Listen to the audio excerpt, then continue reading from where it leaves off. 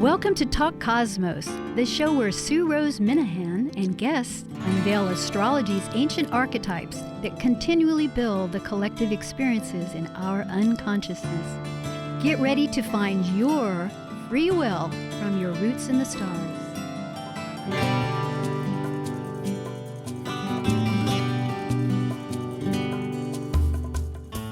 Hello. Tonight is July 6th, 2019. This is Sue Rose Minahan on Talk Cosmos. Coming out of Seattle, 1150 KKNW. You can get archives on podcasts, and there's an app, all kinds of ways to connect. And if you do go to our website, I keep thinking of this every time I prepare for these wonderful talks. You know, we have all the schedules and all the guests online, and you can actually leave a review. It would be so great to connect. Well, we are in the eclipse season. We've just had a new moon solar eclipse, and we're headed towards a lunar eclipse. And this happens twice a year, whether we see it or not. On the news, of course, you saw it was down in Chile, and I think Argentina, in the ocean. And we'll have the next one in 2024 up here in the United States. But it is an effect, just like electricity and the buzz that happens wherever, like if you're not with the fluorescent lights, it's still affecting it. Everything is affecting us. It's vibrational, it's energy, and it's really what astrology is about. And there's a system of why these nodes and eclipses happen. For the astrologer, it's fundamental. It connects to the nodes of the moon. And for those that are just interested in the whole background of what kind of meaningfulness this has for us, you can check that out later. So the new moon solar eclipse, as it's called, there's a new moon every month, and when it connects with the new moon, it's a solar because both the sun and the moon are in the same degree, and it was 10 degrees Cancer, 38. Now for the new moon, it'll be in Capricorn, and that's on the 16th, which is 10 days from now. And that'll be at 24 Capricorn because the nodes are in opposite signs. And these nodes last for a year and a half, and it's a collective energy. We are feeling it, and feeling is Cancer. And with the South Node collectively that we're focusing on for 9 months till now, and about 9 months after, we're about halfway, because the nodes are 17 degrees. In fact, yesterday, the South Node in Capricorn was conjunct, the second time that it will be this year, to Saturn, its ruler, in 17 degrees. It's so pivotal. So I could go on talking about this, but I wanted to lay out a little bit of the format of the energies because they do shift the light. They are measuring spots, and we feel them. And tonight's conversation is about relationships and emotions. Cancer is all about emotions. And as I was saying about the feeling, we're all feeling it, okay? So the guest tonight spoke before, if you want to check the archives, it is a long segue here, but at any rate, February 9th with Aquarius, and it's Lesley Francis from Calgary in Alberta, Canada. And Lesley is certified in astrology, of course. Wait a minute, I'm looking at somebody else. Of course she's certified. At any rate, Lesley is the author of the Llewellyn Sun book for this year and next year, which is a fabulously wonderful resource. She is a professional astrologer and intuitive and has what she calls purpose-centered astrology, which I think relates beautifully to this whole concept of relationships. There is a reason for what we and why we do, and we'll talk about that. And Lesley does consultations, and she facilitates lectures or rather workshops and classes, and has one coming up very shortly. I'm signed up, The Why of Relationships. And the dates she will testify, I think it's starting the 14th, but she'll correct me. Lesley's a humorist. Definitely helps shift our energy around. It's fantastic. A former journalist. She goes on and on with wonderful, amazing credentials of just her powerful mind and heart that works in so many ways. And she has oracle cards also. Well, without much more to do, I'm just going to say hello and thank you for joining me, Lesley. It's a real treat. Well, and thank you for all those wonderful words. It's so true. Now, please, if you would identify when your webinar begins, these 2 sessions. Well, it's a 2-week one, and they're on successive Sundays, the 14th and the 21st. And yeah, look at how I'm not prepared. No. Oh, that's fine. But you know, If you go to my website, you will see the links to register. So my website is www.lesley, Lesley, Francis, FRANCIS.com. okay. And all the information is there and how to register. So, and apparently my brain isn't working very well. Oh, that's okay. No, that Lesley, this is good. It was just that's it. We'll just jump right off that. And I could have written it down, but I'm looking forward to it. It relates to today, but I think as we were just briefly thinking, we might talk about the eclipses. So, yeah. Well, when it comes to eclipses, in particular, their relationship to the moon's nodal axis, there is always an inherent inference that this is about relationship and about connection, both to your life and to the people around you, and bringing certain things into focus. The need to, with the solar eclipse, the new moon in Cancer, it's all about growth in the area of taking care and nurturing oneself, versus the South Node in Capricorn, which is doing your duty, meeting your obligations. And in a sense, Capricorn energy can often be about sucking it up. In other words, pull up your boots and carry on. So when we're in a cycle like this, and especially since the planets of Pluto and Saturn are in Capricorn, it's a time for people to look at their deeply entrenched habit patterns when it comes to taking care of others and taking care of themselves. Caretaking, yes. And the deconditioning. I think as you were speaking of that, I was thinking of how much we condition our personality with Cancer. Ideally, if we can integrate our emotions into our world. But when you were saying sucking it up, I thought, yes, that's really not doing anything with our emotions. It's like, so much. We'll just carry on, march on. Yep. Suppressing them or repressing them or finding a nice box to put them in. And, part of the challenge that we face in this world is the recognition that we're not very good at handling the feeling world or our emotions, and that the habit patterns represented by Capricorn right now indicate that it really, and the energy that's going along with it, indicate it's really time we got our act together, and it's an opportunity for growth in recognizing that there is a difference between nurturing and babysitting. Ah, yes. In other words, care for somebody like tending a plant, but you might prop up the stem, if it's a little weak for some reason, but it has to do its own lifting to the sun. That's right. That's true.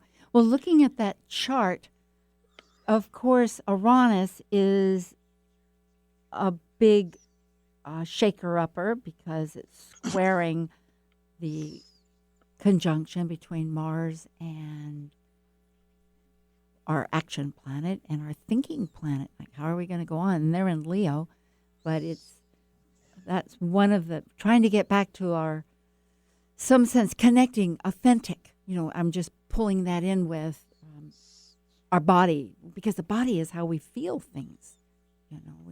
Well, we are, 98% water? Yes. So, of course, we feel, as do the tides, we feel the pull of the moon. 2/3. I just had a friend who's a marine biologist, and he was saying, yes, 2/3 by the moon. And the body, I did look into that a little bit. It seems like there's different parts of us. We have, I think it's actually altogether about 60% by the time as an adult. But the heart has, but that's because the bones are 31% and the rest is like 75, 64, it's well above, like to 83% or something. So definitely we're affected by that moon energy with the eclipse. And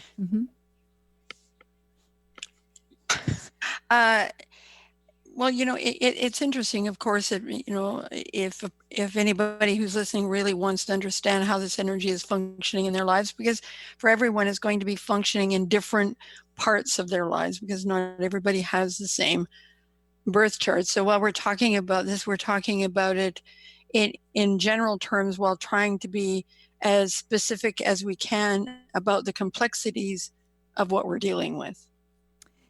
it is. I was just, Mark Jones, another astrologer that I was looking through different notes just to give reference to him because he said please credit him, and some information, but well put, is that with the South Node conjunct Pluto and Saturn. Thank you. I've got mumble mouth here myself. But that Pluto wants that dual nature of desire, to separate versus individual expression, and the South Node wants that past nature of our conditioned self. So Uranus is like our. It was interesting. I hadn't thought of it, but it's far. Maybe you're more familiar with it. Far memory. So it's that whole experience of prior lives and early childhood, which again relates back down to Cancer, the North Node that we're working with. And as you say, these energies, depending where they are in your chart, manifest or unearth. Yes. So this one was a total eclipse. So that, I always say that the total eclipse is like amplifying the new moon about 1,000 times. And the challenge is understanding that in the new moon, we're essentially in the dark. We don't have light to show our way. So, and of course, subsequent to the eclipse, Mercury goes retrograde. So it's a time of inner reflection. In other words, Capricorn energy is very much focused on the external world, whereas Cancer is very much focused on the inner world. Yeah.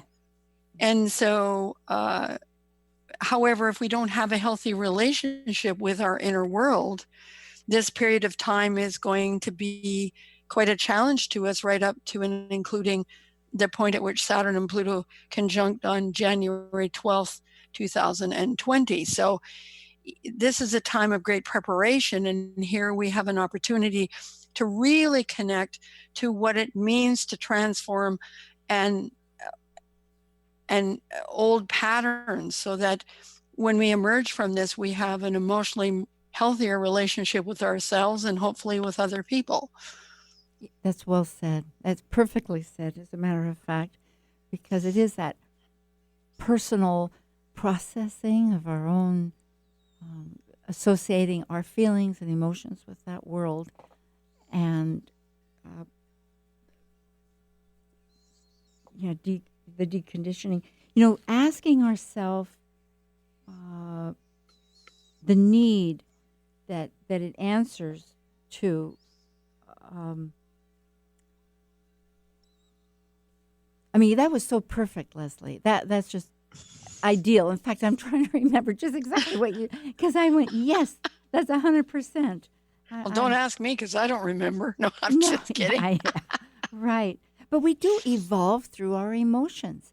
And it is a matter right now of taking this opportunity. It's not of recognizing it. I guess that's what we're both trying to say to ourselves and to the audience, is that if one is feeling in some area of some struggle of that, this is the time to take, like you say, the light is out, and it is like outside of our and relationships, even all the cardinal, the Aries and the Libra is self and others. And here, Capricorn and Cancer, as you just said, the external and the internal.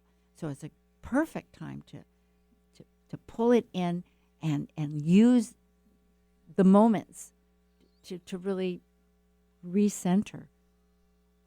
Well, it's interesting as you were pointing out the moon's relationship to the body. And the truth is, your body will never lie to you. And I think that part of Uranus's transit through Taurus has everything to do with us beginning to recognize what a huge intuitive tool our body really is. And that we sometimes don't listen because we're focused once again on the external world, which is Saturn ruled. And of course, I would say that Saturn and Pluto are having something of a face off as to it. It doesn't necessarily mean that Saturn isn't asking us to be accountable. It's just, how are we going to do that? Are we going to stick to the old patterns and not decondition ourselves? Because Saturn has as much to do with conditioning as the moon does, and interestingly enough, they're in opposite signs. And so there's always that, what is really happening here is often the way I feel about that particular polarity. What's really happening here? Yeah, somehow to break that down a little more, because they are both conditioning. And with the external, it would be what society, what we grow up as a collective thought, how we function just to get along with in society, and what's accepted as a norm, which does change, and we're realizing how it's changing now, versus the childhood and the early psychology, that were brought in from our very small or tribal group, whether that's family. And most specific, mom and dad to start out with, right? Yep, absolute. Yeah, and maybe that worked real well for us. And then again, and the other thing is, what's the purpose? I love this whole idea of you with your soul purpose, astrology, because it and that purpose has everything to do with Taurus too. What's the values? What's the purpose? What's the reason? But I got so excited I lose my thought. This is terrible. Oh my gosh! I go. Well, I'm glad that you're excited. I am. It's like, yeah. I was thinking about purpose, and oh well.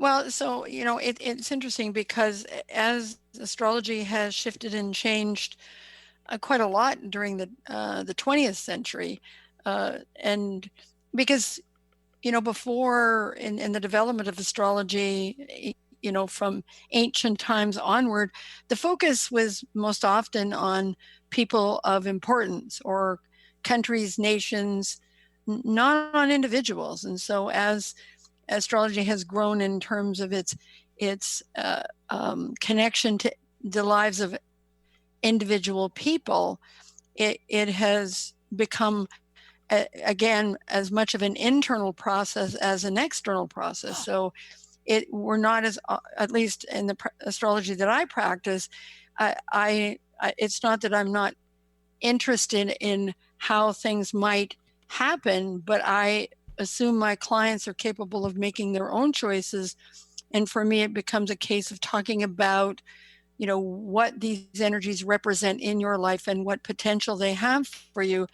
And at the bottom of that is really what is the purpose of this? Because it doesn't do our humanness, our human selves, a whole lot of good if we think that everything is random and it has no purpose or no purpose attached to it at all, because that is not something that, well, I don't know about you, but it sure as heck doesn't make me feel very good. Oh, no, it has to have that individual part. And that is the word I was searching for. As soon as you said it, I was exploding. Individualism. Yeah. Because. And using astrology as a tool for growth, not just a tool for prediction. Yeah, because if we're following, that's the thing I was thinking about, our past, looking at our past, tying it in now, look at our childhood. Maybe it worked. But the fact is that one way or the other, the training ground here is to be an individual. And that is a matter of breaking away from what doesn't work, the deconditioning. So many, like Pluto saying, nope, no more life. Well, yeah, and who defines for us what relationship is first? It's our first of all, our relationship with our mother, because we share her body, followed by, being, coming out of a womb into the world, and then having to deal with those circumstances. And yet those circumstances are generally defined by mom and dad, and maybe, whatever connections your parents have to their larger family. And those are what you think of as normal, as familiar, as comfortable. And if there's anything that humans have trouble with, is figuring out how to have healthy relationships with each other. That honor both equal, yes, because in that access, the horoscope, just to bring it back to focus, it's not visual here, but trying to make it visual. The Cancer Capricorn on the natural zodiac or horoscope is the at the bottom and the top, or north and actually the top and south down at the bottom, but and with little light or a lot of light. But there on the equal, on the horizon, is the Aries where the light begins, and over in Libra where the sun sets, and so that's equal light, the equinoxes. So yes, having that relationship which honors the equalness in another person. They may not be equal, I realize, any of us can realize in all factors, but they have the dignity of a person. They have the right to their own ideas, and they're not being they're not catering or condone or being having to bow down to somebody. They have their own integrity. Yes, if I've expressed that. Well, it makes perfect sense, because I really thank you for saying, for talking about the whole cross of matter, the four angles, and how they are all connected to relationship, because in truth they are. So if if Cancer is the energy of family, Capricorn is the energy of the rest of the world, and we get stuck in conditioning, trying to meet society's needs or meet our parents' needs, and somewhere in there, the Aries energy and the Libra energy again.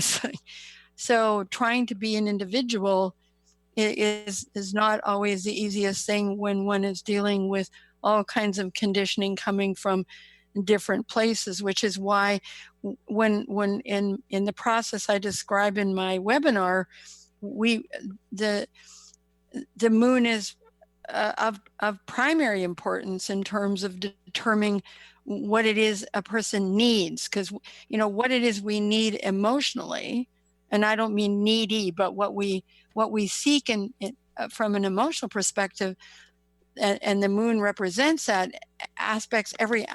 impacts every aspect of our lives, not just our feelings, right? So I spend quite a bit of time talking about how important it is to recognize how that moon placement that you have in your chart says a lot about how you approach relationship. This is very good, because it does represent need, want, the desire. And so then it goes back to, I just love the fact that that really this is your focus, because it's something I've been thinking a great deal about, but it goes back to what's the purpose. So it's great. We're going to take a little announcement break, but I wanted to leave people with a question that you had put on the whys of relationships that really ignites the rest of this talk in some form as we might carry along. But it says the most important question of all, leading to a deeper knowledge and understanding of self, is, what does your birth chart reveal about the purpose of relationship in your life? So, we will come back. This is Lesley Francis with Sue Rose Minahan, July 6th, 2019 on Talk Cosmos.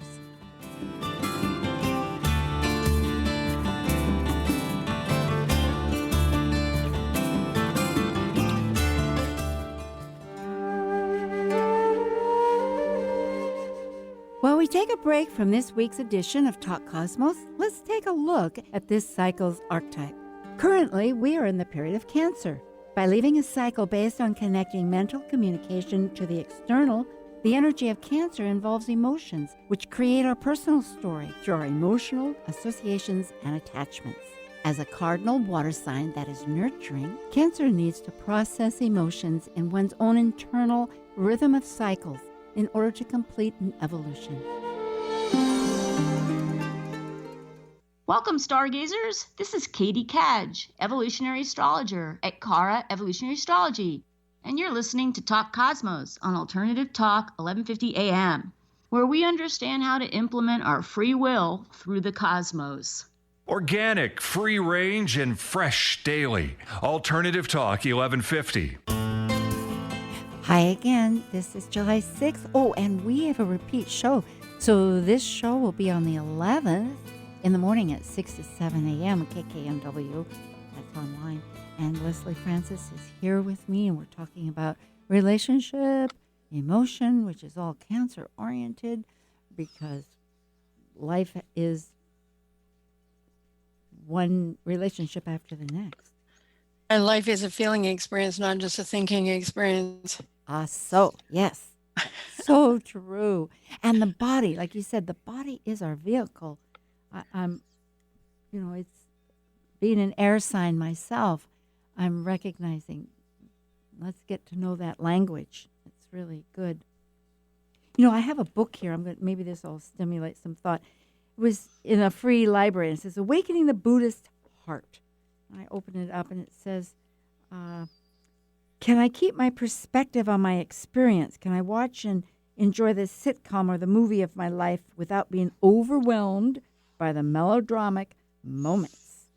See myself and not take it so seriously. That's just one little comment that it's mentioning. But I think when it gets to the emotional levels, like you were saying, it's the physical, the body, and the emotional versus, well, we didn't bring up the spirit. I mean, they're all four involved, but it seems like so often our relationships are based on that security. Well, and I really do believe that it's important that people be okay with feeling what they feel. Feeling what you feel isn't the same as acting on it. So in order to truly grow, you really do need to be in touch with your feelings, and because feelings are what lead to our emotions. And part of the problem that people have is that since they're not listening to, okay, does this feel right to me? Does this feel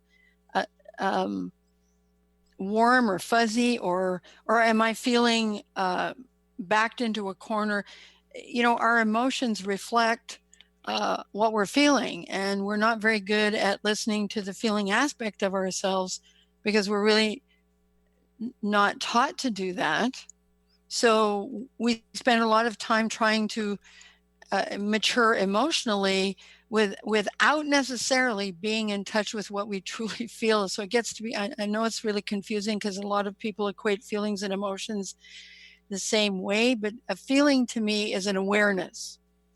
An emotion is a response to that awareness. So for instance, if you don't feel safe, you're going to fight or flight or freeze, right? Mm. They've now added a third one. It used to be just fight or flight, and now they acknowledge that freeze is another option, Yes. And how many people who've been in difficult or threatening situations have completely just frozen? Because they're the shock. So we often have difficulty trying to sort out really what is appropriate when it comes to emotional expression. Well, it's pretty hard to figure that out unless you know how to feel what you feel. no matter whether it's happy or sad. So we get so many messages about not feeling, not being emotional, that after a while we can't, our consciousness doesn't differentiate between the different emotional expressions or the different feelings. And so pretty soon people get numb and they don't feel or express anything. It leads me to think, again, it's like looking at the symptom rather than the cause. Because the symptom would be just like, oh, my back hurts. But if the same thing is, oh, I'm angry. But why is one angry? What's the feeling? Is it because you don't have enough time, or is it because there's somebody that's taking your space, or is it because you haven't listened to your own needs? I mean, there's so many things that could be going on. And I love this idea that you're saying, does it feel right? In other words, to pause on that response, just get into the self. And as people say, know your gut. It's such follow the energy, right? Whatever the energy is telling you. And the moon is very much connected to the whole concept of being aware of what you feel, not your emotions, but what you feel. So, and have you ever noticed that sometimes people really have trouble if you're just happy and you have no reason to be happy?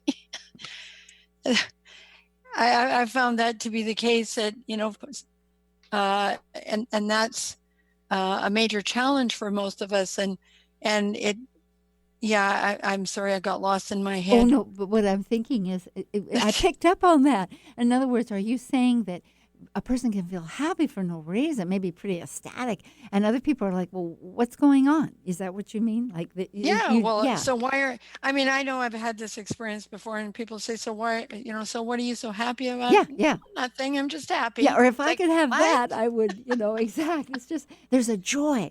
Well, that is our birthright. It seems like it's, in fact, the Bible, which I confess I'm not advocating this on any religious basis, but just as a very renowned resource. Well, there are words of wisdom in it. That's right.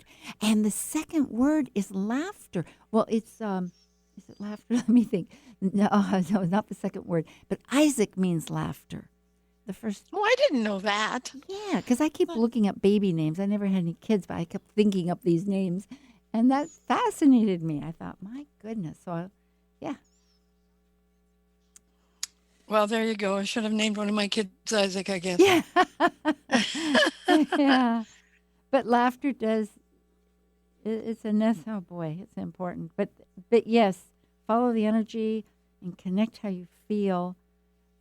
Well, and that really is an important part of identifying, because, from an astrological point of view, we all come on the planet with a basic framework for what relationships are going to be in our lives. And there has to be a purpose to it, because I don't suppose that the only purpose of it is for us to struggle or I had a client today she's young, and she's at a space in her life where she really takes it personally and doesn't understand why things have to be so difficult for her when it comes to the area of relationship, because the rest of her life is motoring along rather wonderfully. And I just said, we spend too much time assuming that we should judge what happens and measure it on some scale, instead of asking, if this is what's happening to me, what does it tell me about me? What does it show me? Because there's a gift in every experience in life. And I know that that's not always easy for people to embrace, but well, it is true. I believe this wholeheartedly. With that said, after much experience, I realize it may take me a little while to really accept that, because the options, right? But if you look at the negative options, the one that are they don't lead very far, and after a while, there's just nowhere except pretty unhappiness. So you almost have to look at what's the opportunity.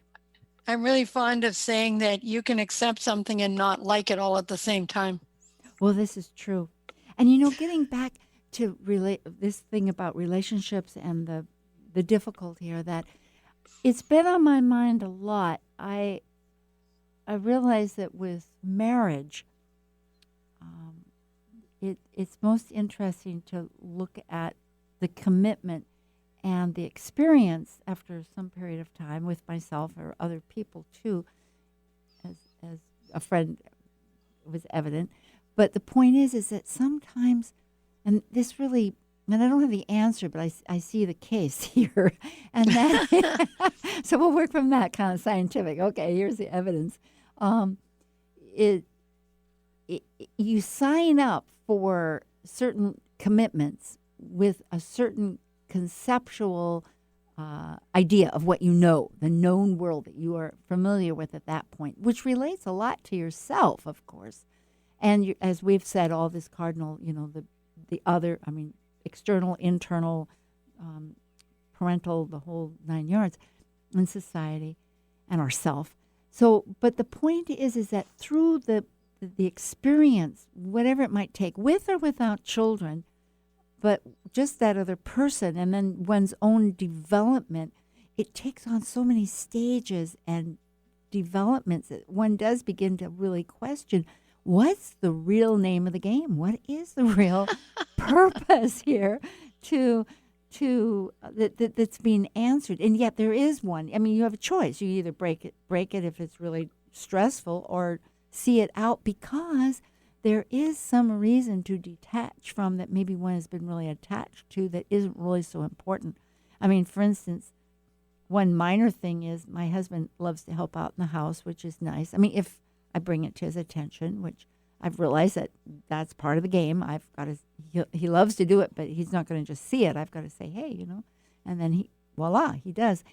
And he loves to put away the silverware because that's kind of, well, for whatever reason, but he just puts it away sometimes a macro, not the micro. In other words, if it's a round thing and it's a spoon, it kind of goes in that direction, and it doesn't matter the size of it. Well, I have to realize, because I have a friend who went nursing school, and she said she didn't have time. She just threw all her silverware in the drawer, and I think when I think about it, in childhood, we did too. I don't think we had those neat little containers where everything, you just kind of fished around and found your stuff. So, in other words, if I were to Not my household, we didn't. We had it nicely organized. Yeah, so I'm not sure. I was trying to remember. I just don't think my mother did that. It was, later in life when you get married and you think, oh, that's an interesting tool. Okay, use that. And then you're stuck with it.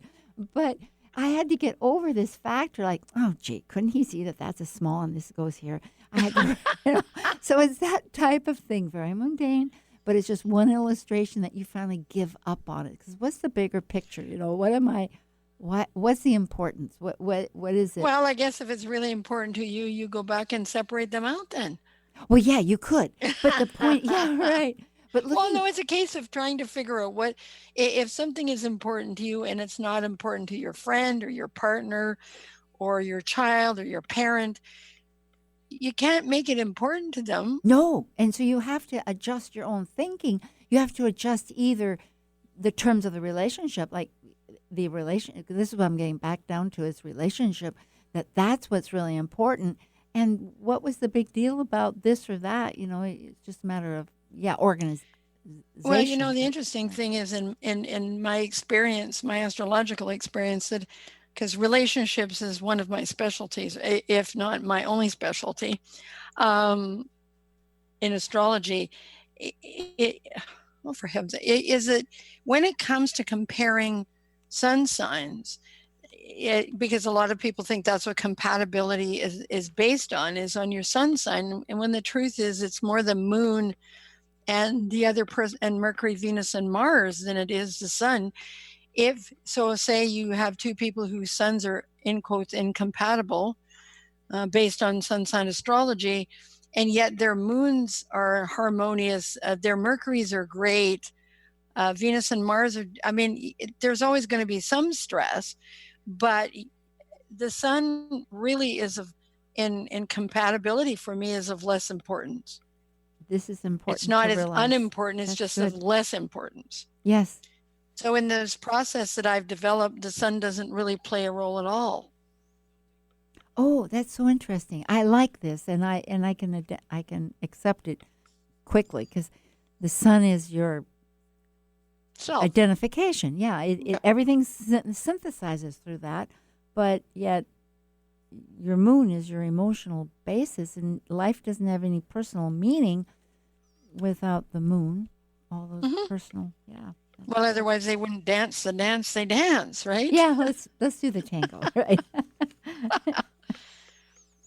So, so the moon is really, and the reason why we're talking about this during the archetype of Cancer is because Cancer is your first relationships, your family relationships. Those are the first ones that really matter to you, because when you're a baby or even a small child, the rest of the world doesn't matter as much as your mommy and your daddy, and say you spend a lot of time with your grandparents or whatever. Those are the people with whom you have your first relationships. So this is one of the reasons why we're talking about the moon and relationship while we're dealing with the archetype of Cancer. Yes, and with the mother, as you had said, the very first person. It's interesting that siblings are in Gemini before, and for some people, siblings are more of a problem than their parents. I mean, as you Are grow. you speaking from personal experience? Well, I've had my fair share of adjustments and learning, yes. But I think I'm grateful for it in the long run. It's like, it teaches you a whole part about life.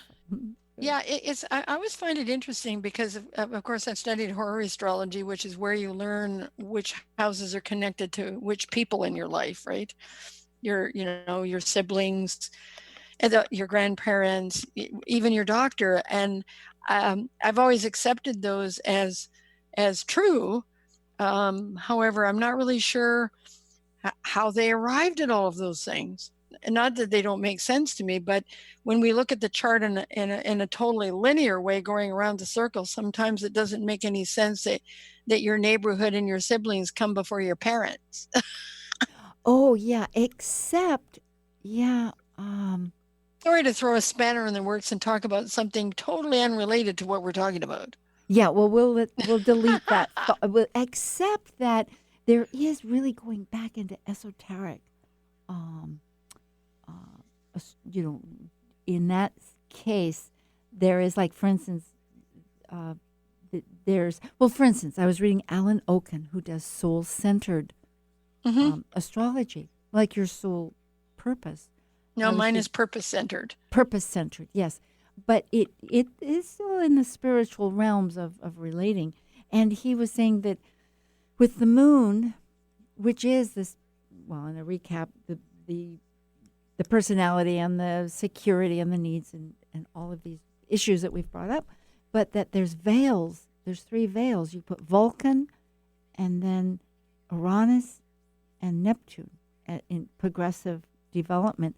So it's all esoteric, and it gets back further. It seems like if we dig deeper, we kind of find out where some of these, and I know in Kabbalah too, they come up with all the energies, and it begins to make sense. But back to Cancer and relationships, the mother and the home, you can't survive without that. And that's a lot of the security, and they are all linked up. That's the other thing with astrology. The one's linked up to the other. I don't know if I put all that together well or not, but I think you did just fine. Okay. You did just fine. Very good. I know, that they're, we're barely skimming the surface of how deep this really goes. And yeah, see, now my brain is not working very well yet again. Well, it's because there's so many tangents of deep thought, and it's really we're talking to one another, but we also have, and you're well versed in this, but again, we don't quite know how do you speak to the person that's the beginner astrologer and the other astrologer? Well, just by recognizing that, seriously, again, life is a feeling experience, and it begins with how we feel about our world, and that colors, the choices we make in everything. It's sometimes I think that we have such a complex about the sun that the moon sometimes gets short shrift in terms of its importance in our lives, and what it symbolizes in our lives. But again, that's connected to our well, I think it's connected to the challenge that the feminine feels, because the moon is the primary symbol of the feminine, not the only one, but the primary one. And so there's just so many threads that connect to this, and how it is we have difficulty embracing what the moon represents, and what it offers us, whether it's a deeper connection with ourselves and awareness of our own, because how many people actually know what they actually are conscious of, what it is they need? Consciousness, that's really connects a lot of energy here, and choices, and the feeling. I think, like you say, they're very, very intense, potent parts of the whole here that we're talking with. So it's okay and proper to really refocus back on that, because, like you're saying, to be conscious of our habits, of why we're doing things, to find out, because if things are stressful, it could be that the obvious seems like, well, then maybe one doesn't have it linked up. The purpose, is not working.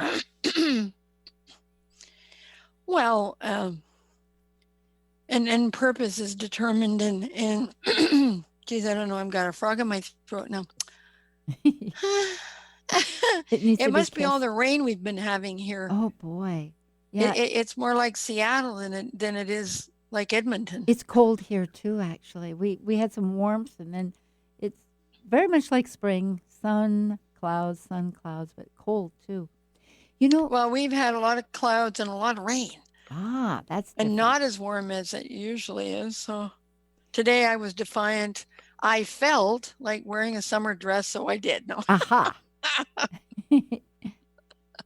I totally off well, you're topic. Getting ready, a little bit off topic. Let's go there. You're going on a trip, and when you're coming back, your website is going to be opening, and we'll be having an official launch. Okay. It's kind of like peeking in the window. You're welcome to certainly go have a look at it.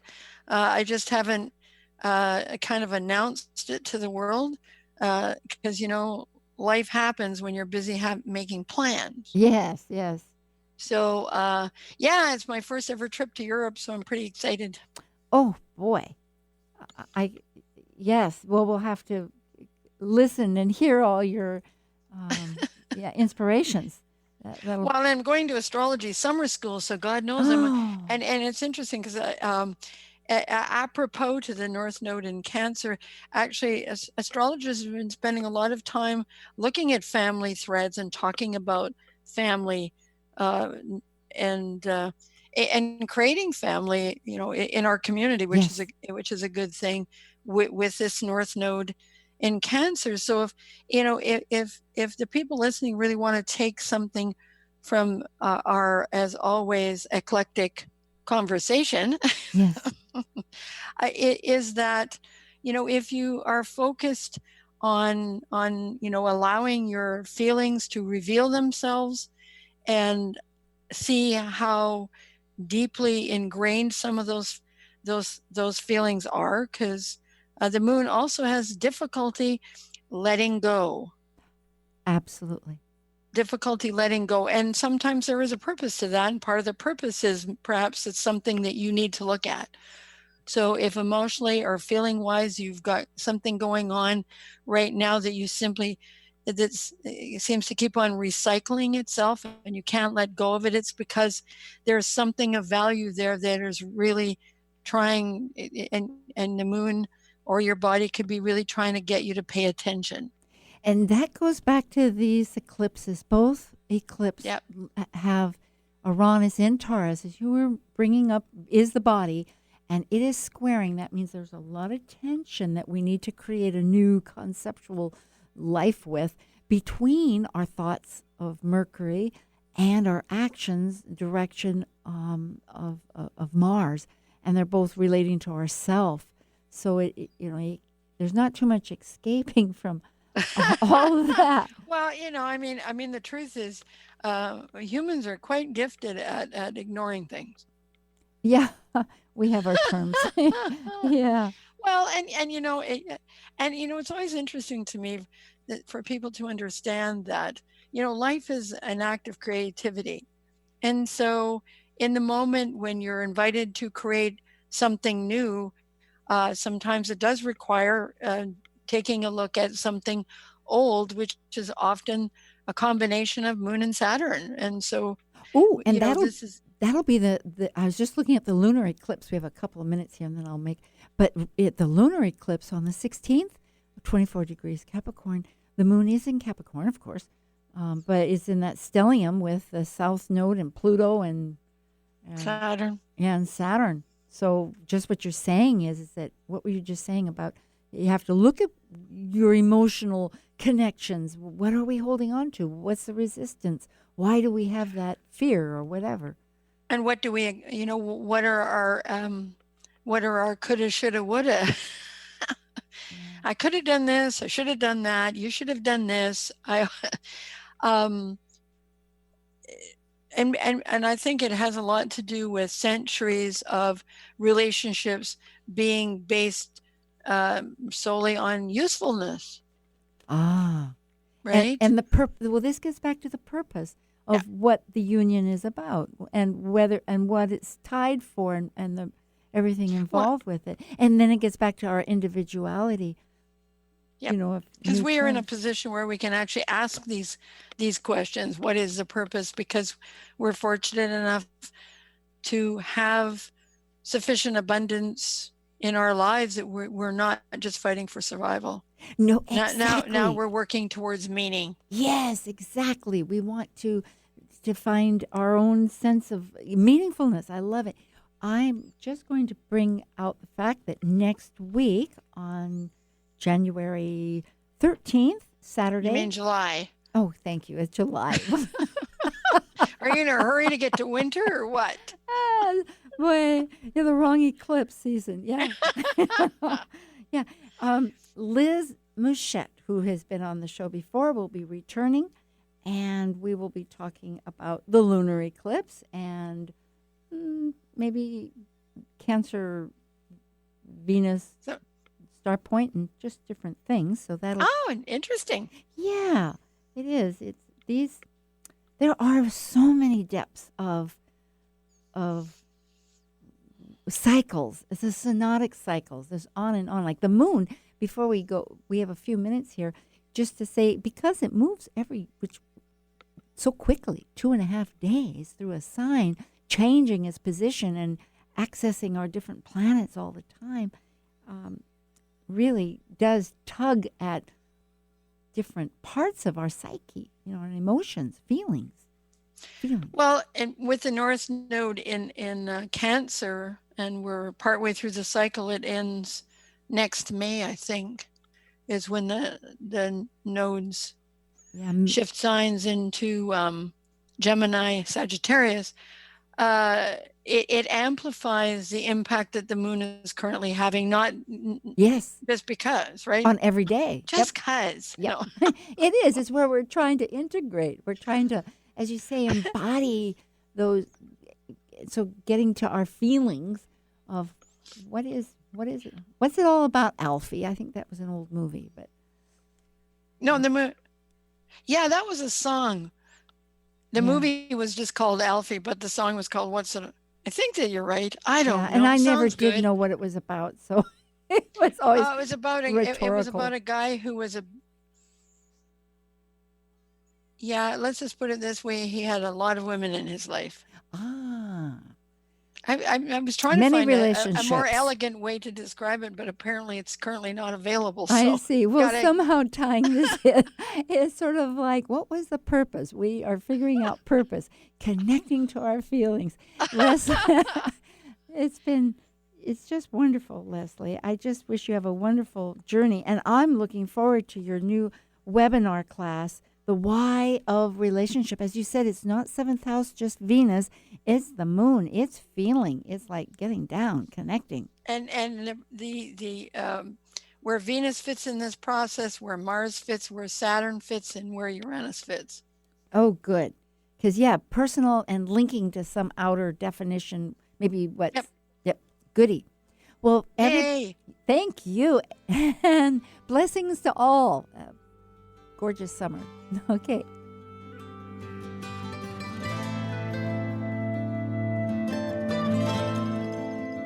Thank you for listening to Talk Cosmos, the show where Sue Rose Minahan and guests unveil astrology's ancient archetypes that continually build the collective experiences in our unconsciousness. Be sure to tune in next Saturday at 6 p.m. to continue finding your roots in the stars.